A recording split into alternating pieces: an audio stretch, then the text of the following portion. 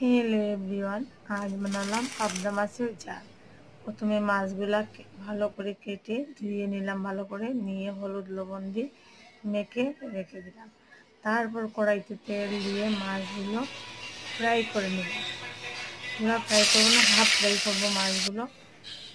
Fry করে নিয়ে এদিকে পেঁয়াজ কাঁচা লঙ্কা আদা পেস্ট করে নিয়েছি, টমেটো পেস্ট করে নিয়েছি। কড়াইতে তেল দিয়ে ঢেলে দিলাম পেঁয়াজ বাটাটাকে ভালো করে কষে নেব। দিয়ে দেবো লবণ দিয়ে আরও কিছুক্ষণ কষে পেঁয়াজটা লাল হয়ে যাবে, তখন দিয়ে দেবো টমেটো পেস্ট, হলুদের গুঁড়া, লঙ্কার গুঁড়া দিয়ে ভালো করে কষে নেব।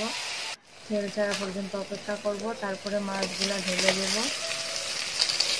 মাছগুলা ঢেলে দেওয়ার পর কিছুক্ষণ কষে দিয়ে দেবো জল, যার যতটুকু ঝোল লাগে দিবেন। দিয়ে কিছুক্ষণ জাল দিয়ে মিলিয়ে রেডি হয়ে যায় রেসিপিটা। অনেক টেস্টি লাগে, বানিয়ে দেখতে পারেন। ধনিয়া পাতা থাকলে দেওয়া যায়, আমার কাছে নেই।